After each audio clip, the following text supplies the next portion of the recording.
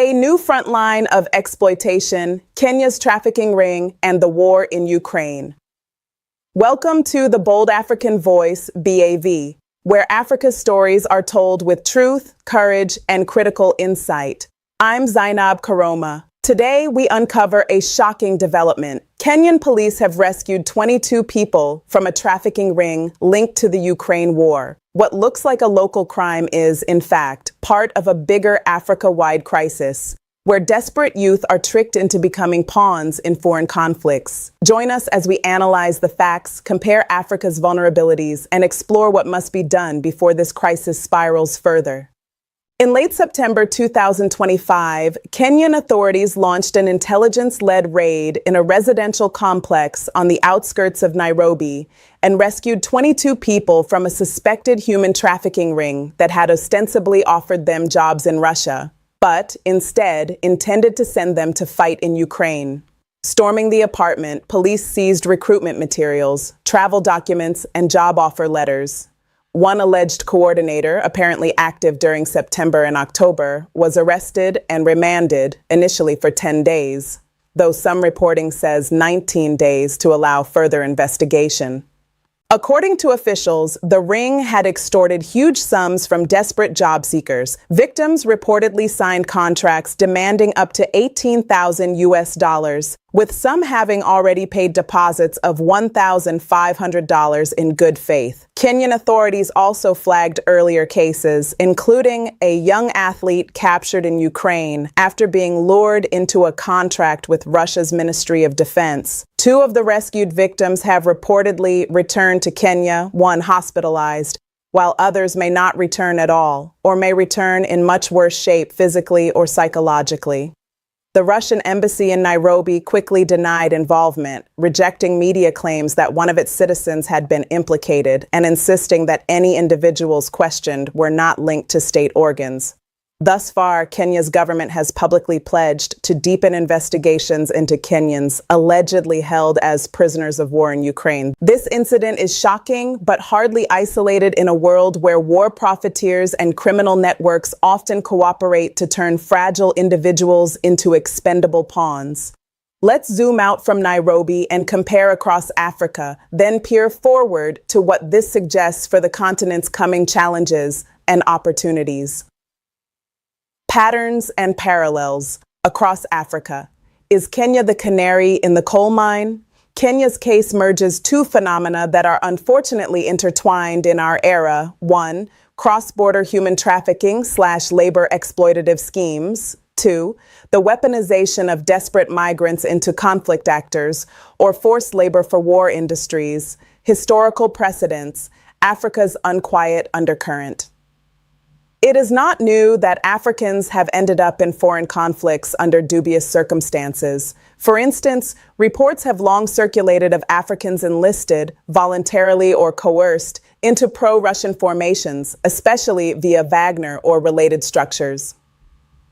In 2025, a notable case concerned African women from Kenya, Uganda, Rwanda, etc., who were lured to Russia to work in what was marketed as hospitality or education, but ended up assembling military drones in the Alabuga zone.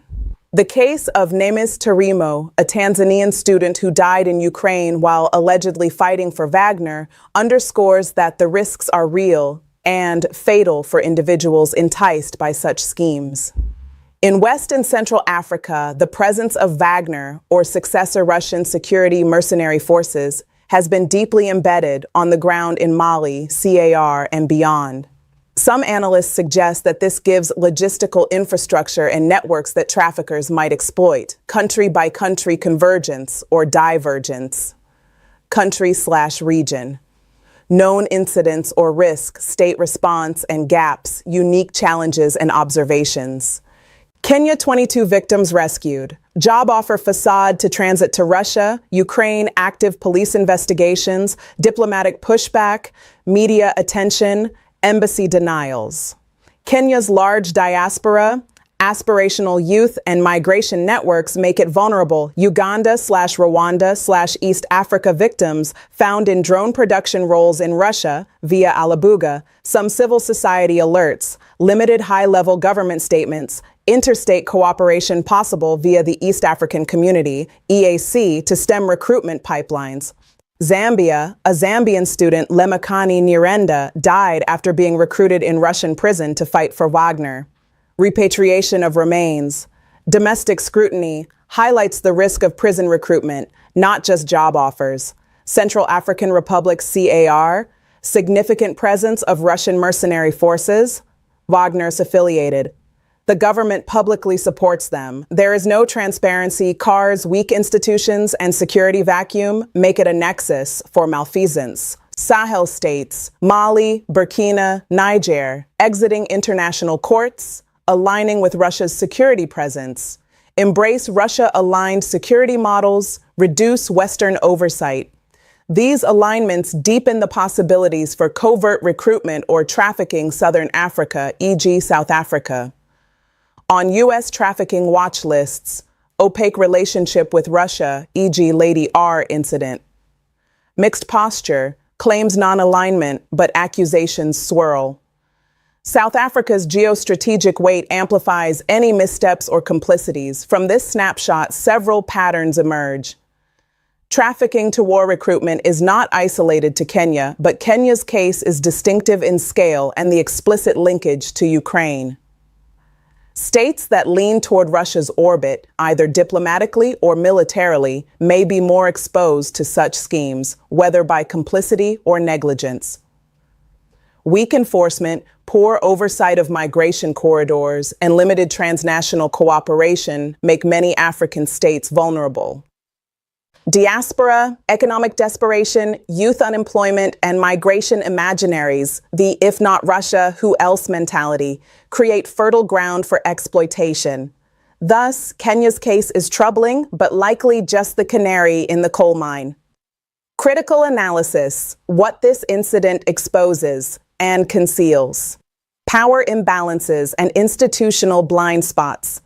On the surface, the trafficking ring in Kenya is a crime network exploiting gullible job seekers. Deeper down, it reveals structural failures.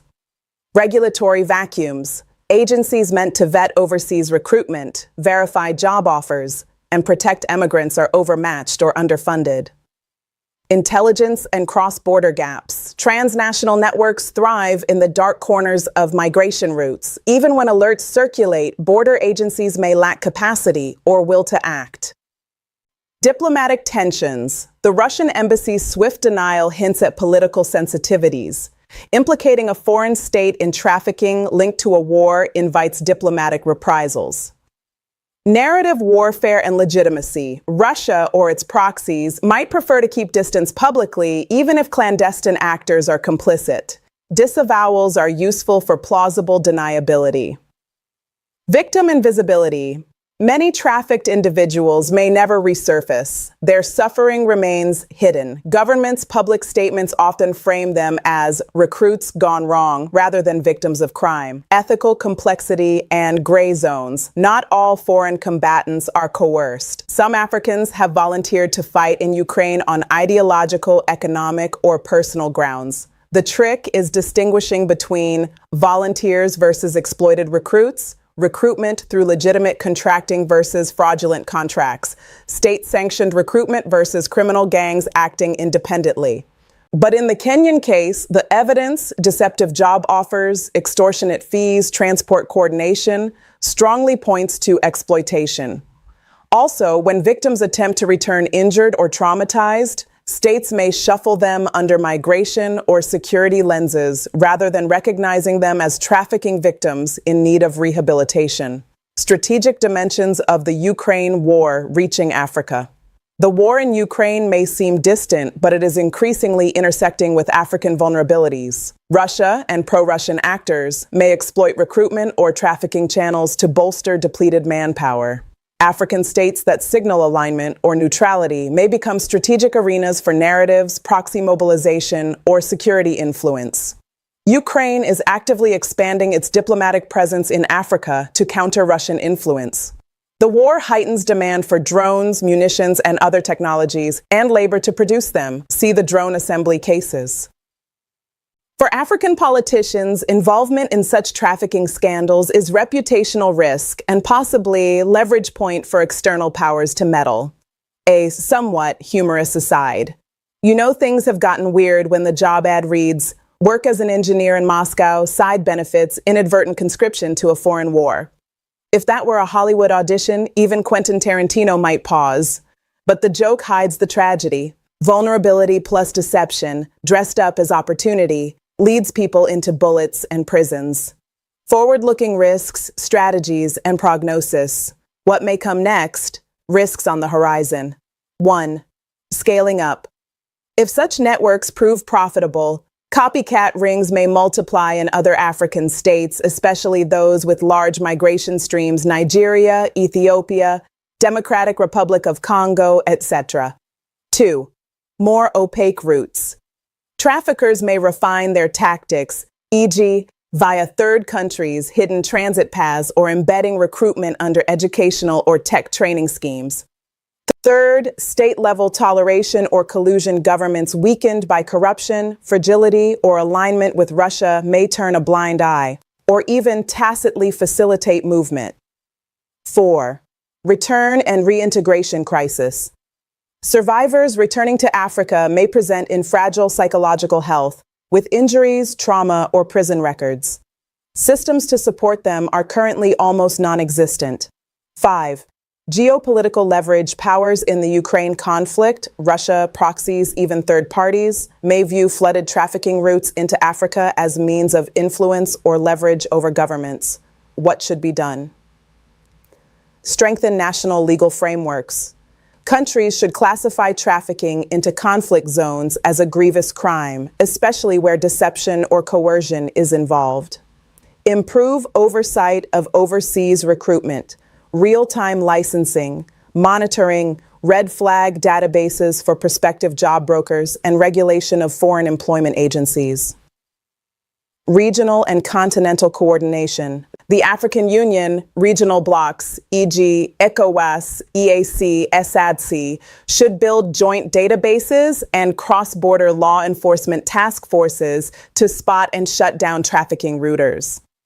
Victim identification and protection systems.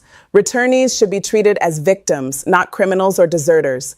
Psychological support, medical care, and rehabilitation frameworks are essential. Diplomatic pressure and transparency. African states should demand accountability from any implicated foreign actors, no hiding behind embassy denials. Awareness campaigns. In communities prone to migration, grassroots education, e.g., job guarantee or war trap, could help inoculate young people against shady recruitment pitches, prognosis, optimistic versus pessimistic path. In a pessimistic scenario, networks scale up, some governments become complicit or passive, and many young Africans become human fodder for external wars, creating cycles of suppression, trauma, and distrust in migration systems. In an optimistic scenario, Kenya's case becomes a turning point. African states unite to crack down, external actors are held to account, and trafficking into conflict zones becomes a taboo criminal offense. Over time, tighter controls, stronger institutions, and vigilance may shrink these exploitative corridors. Latest developments and contextual shifts as of September 2025. The Russian embassy in Nairobi has denied any links to the trafficking ring, dismissing media reports of arrested Russian nationals in the case. Kenya's investigations are intensifying, with scrutiny over recruitment firms, embassies, and travel agents. Elsewhere in Africa, the phenomenon of duped Africans ending in drone factories in Russia has drawn attention, as in the Alabuga case. Ukraine is actively increasing its diplomatic footprint in Africa as a strategic counterbalance to Russia's influence.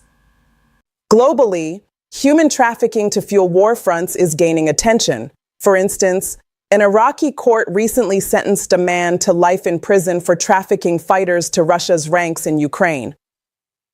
Meanwhile, The United States has added South Africa to its 2025 Trafficking in Persons Tier 2 watch list, though this is more linked to domestic trafficking issues than war recruitment schemes.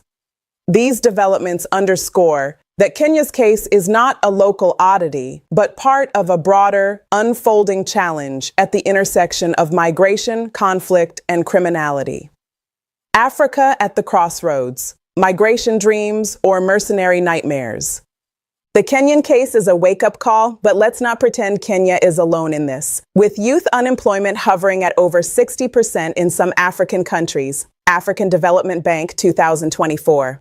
The allure of a foreign job is as irresistible as free Wi-Fi in a cafe. Whether it's a teaching contract in Moscow, a nursing role in Dubai, or mystery work in Belarus that somehow ends at the Ukrainian front lines, the desperation is the same. Young Africans want better lives and criminals know it. Here's the uncomfortable irony.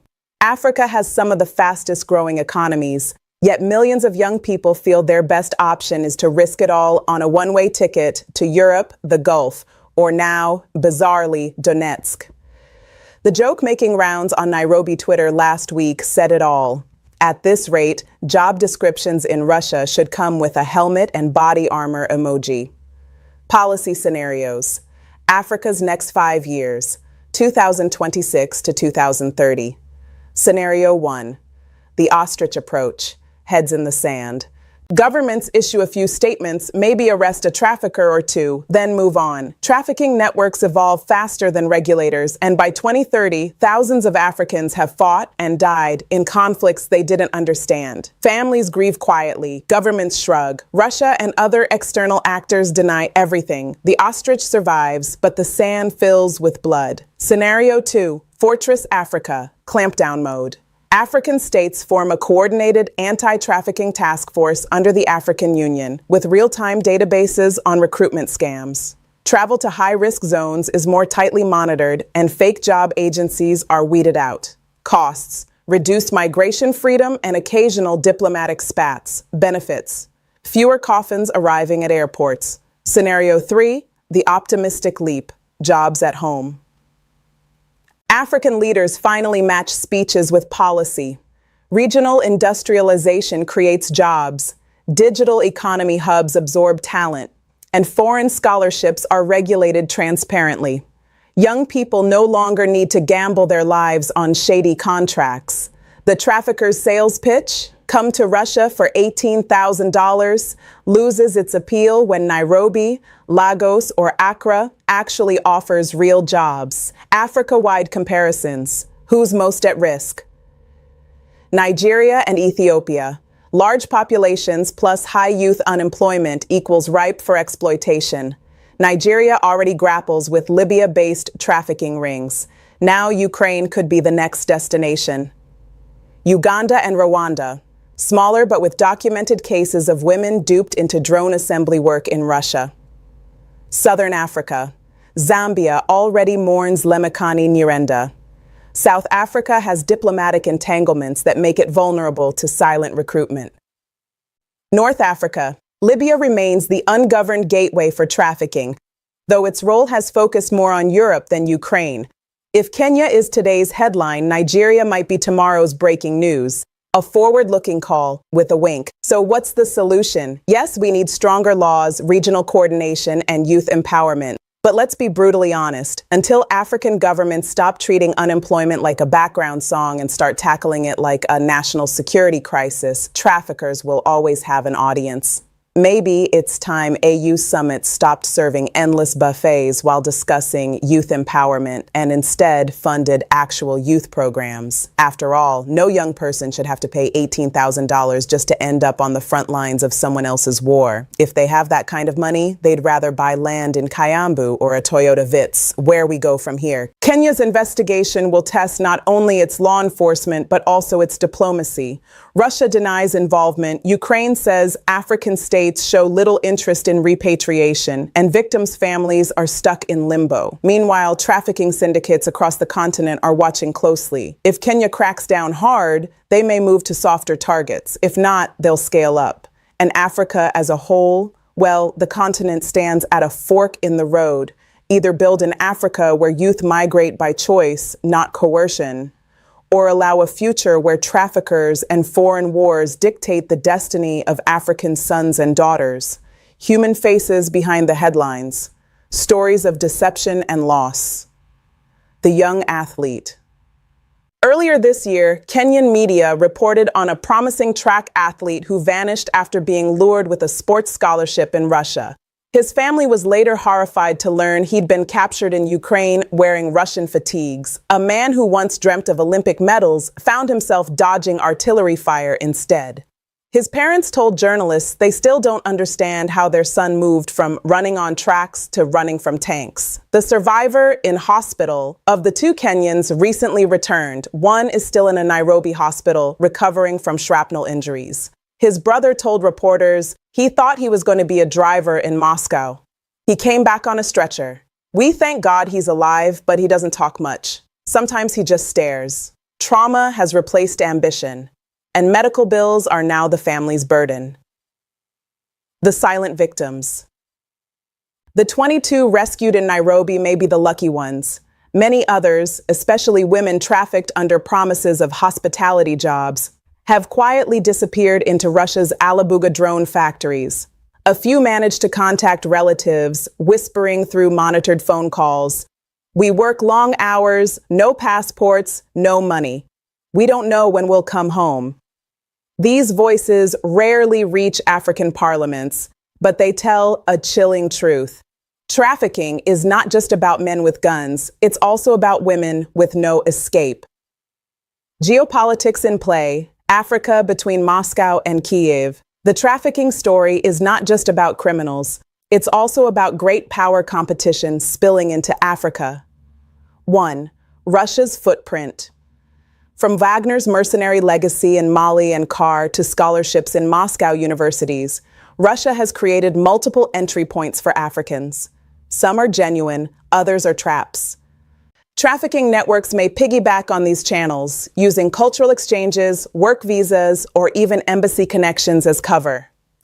For Russia, African recruits are expendable manpower that can offset battlefield losses in Ukraine while simultaneously cementing influence on the continent. 2. Ukraine's response. Ukraine, aware of Russia's recruitment drive, is building diplomatic bridges with Africa at lightning speed. In 2025 alone, Kiev announced new embassies in Ghana, Botswana, and Côte d'Ivoire, aiming to counter Russian propaganda and warn African states of such trafficking. Ukrainian officials also quietly signal frustration. They say African governments show little urgency in repatriating citizens caught as POWs, leaving Ukraine to handle the humanitarian fallout. Third, Western powers. The United States and EU states view these trafficking cases as both a human rights issue and a strategic opportunity. By exposing Russia's exploitation of Africans, they hope to tilt African public opinion away from Moscow. Washington's inclusion of South Africa on the 2025 Trafficking in Persons watch list was as much a warning about domestic failures as it was a signal of geopolitical displeasure. 4. African governments. Here lies the paradox. Many African leaders rely on Russia for cheap arms, grain, or diplomatic cover at the UN. Condemning Moscow risks losing that lifeline. At the same time, ignoring trafficking networks risks domestic unrest as citizens demand accountability. For now, most governments prefer a balancing act. Condemn the traffickers, but not the sponsors. Humor in the midst of tragedy. A Nairobi cartoonist captured it best last week. Frame 1, a Kenyan youth beams at a recruiter holding a sign, high-paying job in Russia. Frame 2, the recruiter stuffs the youth in a box labeled Ukraine Frontline, Fragile Cargo. Frame 3, the recruiter pockets cash while the youth's mother screams, "But I thought you said engineer." Sometimes satire speaks louder than diplomats. Where this could lead. If Kenya prosecutes aggressively, it may set a continental precedent, emboldening other states to crack down. If the case fizzles, it will signal traffickers that Africa is open season for exploitation. In the long run, Africa risks being remembered in the Ukraine war not for neutrality, but for its sons and daughters drafted by deception into a foreign war they never chose. Policy recommendations. What the AU and regional blocs must do. 1. African Union AU. Make trafficking to war zones a continental red line. Adopt a binding protocol under the African Charter on Human and People's Rights that explicitly criminalizes trafficking Africans into foreign conflicts. Name and shame states, both African and foreign, that turn a blind eye. Imagine an AU trafficking watch list, not as a Western imposition, but as an African initiative. Victim-centered approach. Establish AU funds to rehabilitate returnees with medical, psychological, and social reintegration support. After all, if the AU can finance lavish summits, it can spare a dime for young Africans misled into war. 2. East African Community, EAC. Strengthen migration oversight. Create a shared EAC recruitment agency registry, so fake firms in Nairobi cannot simply shift shop to Kampala or Kigali. Coordinate joint border task forces for intelligence sharing. Criminal networks don't respect borders, neither should enforcement. 3. ECOWAS. Learn from past lessons. West Africa has long been a hub for trafficking to Europe. Now that the Ukraine war has opened a new market, ECOWAS should expand its anti-trafficking frameworks to include war recruitment. Nigeria, Ghana, and Senegal should lead awareness campaigns, given their huge youth diaspora. 4. SADC, balance Russia. Ties with human rights. Southern Africa, especially South Africa, Zambia, Zimbabwe, has warmer ties with Moscow. SADC leaders must make clear that friendship with Russia cannot mean silence on trafficking. Introduce SADC guidelines requiring full disclosure and monitoring of foreign military scholarships and contracts. 5. Civil society and media.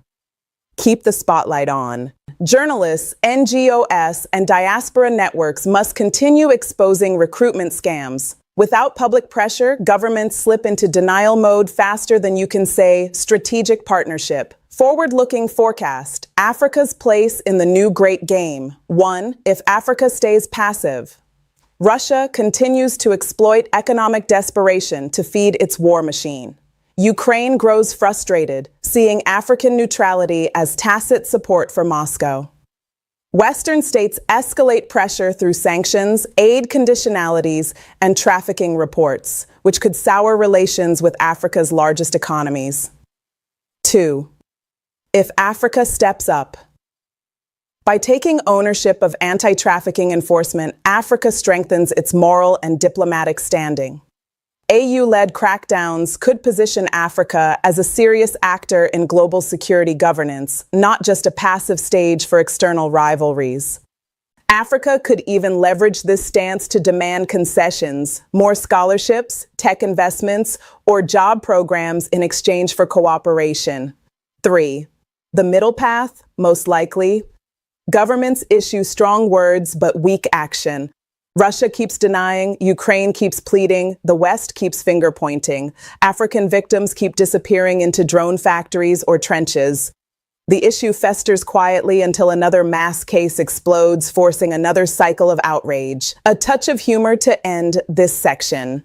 If African leaders at the AU summit truly want to address this, they should probably replace the endless photo ops with one honest agenda item.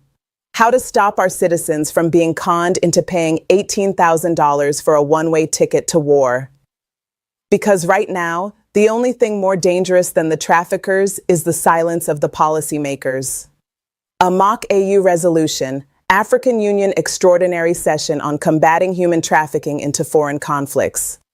Resolution 2025/HR Ukraine 01.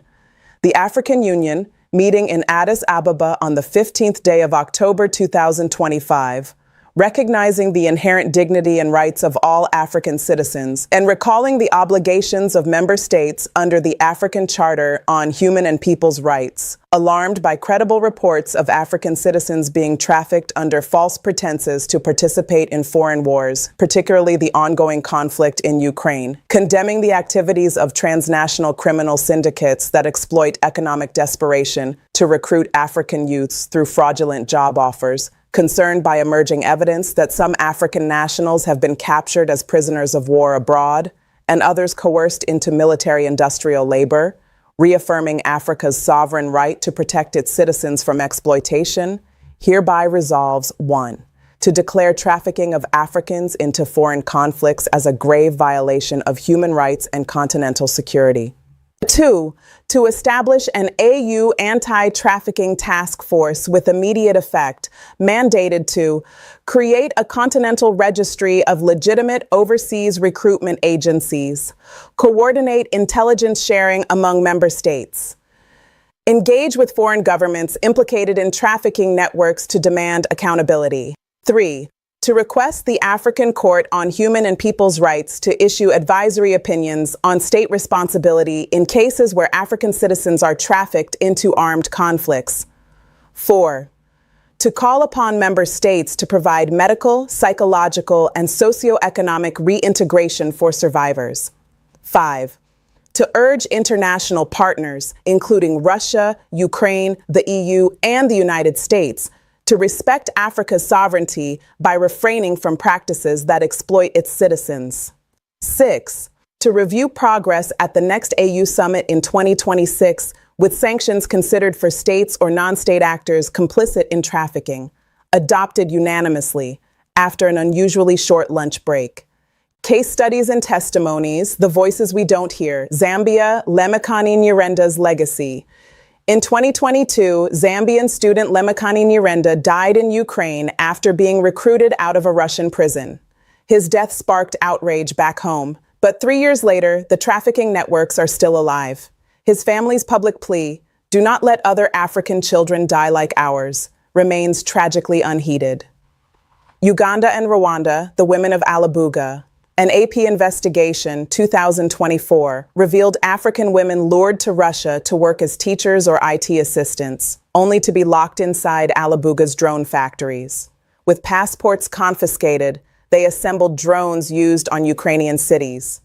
One woman managed to leak a text message, "We are not teachers. We are prisoners in uniforms." Her family in Kampala has heard nothing since. South Africa, on the watch list. South Africa's addition to the U.S. 2025 Trafficking in Persons Watch List raised eyebrows. While the government insists the issue is exaggerated, civil society groups in Johannesburg argue that weak oversight has allowed recruiters to operate in plain sight. As one activist put it, "If traffickers can advertise in newspapers here, what else are we blind to?" The fork ahead.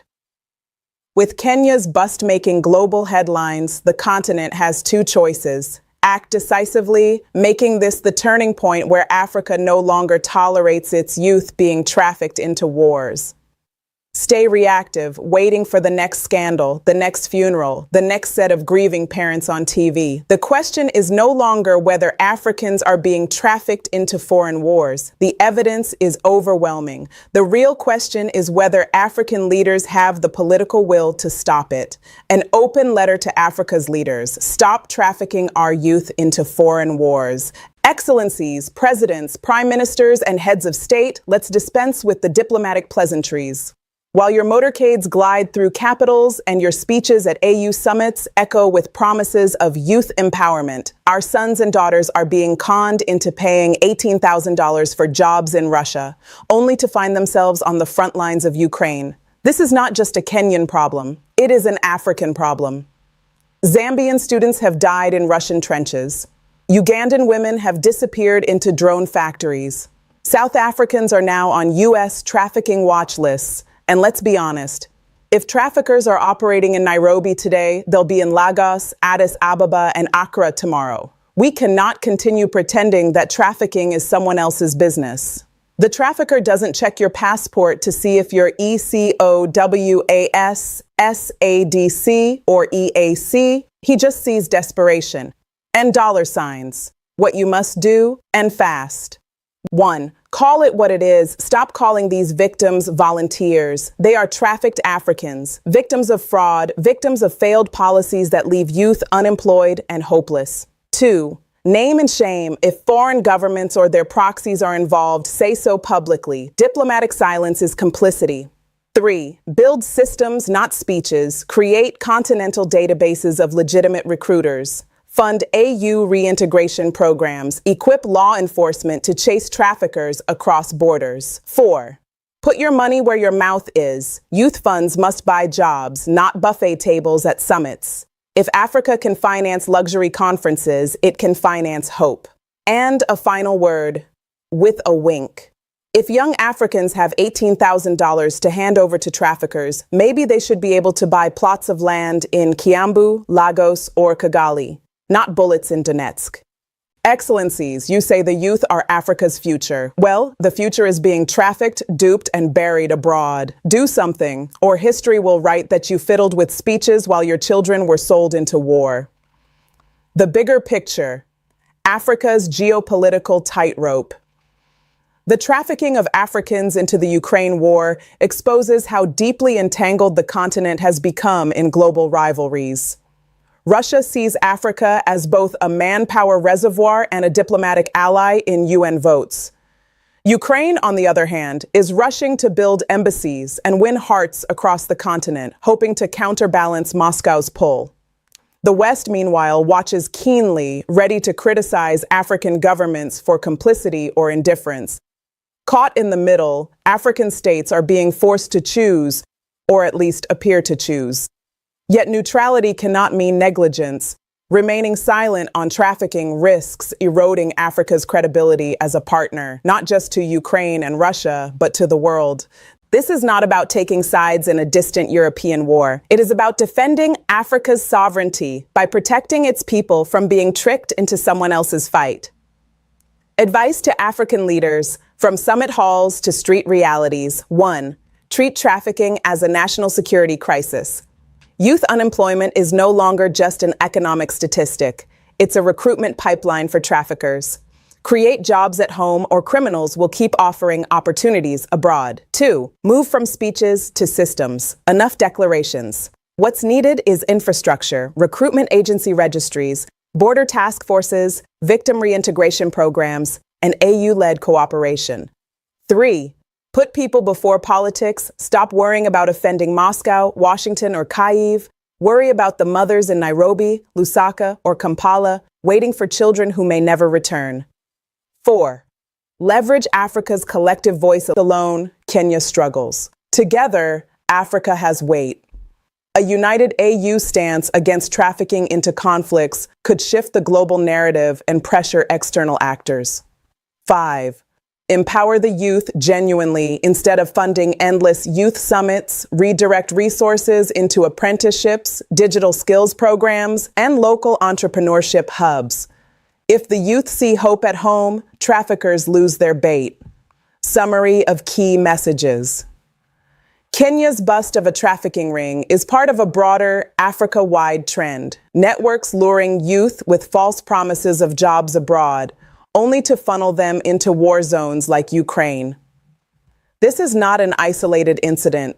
Zambia, Uganda, Rwanda, and others have already witnessed similar tragedies. Women and men alike are being deceived, exploited, and sometimes killed.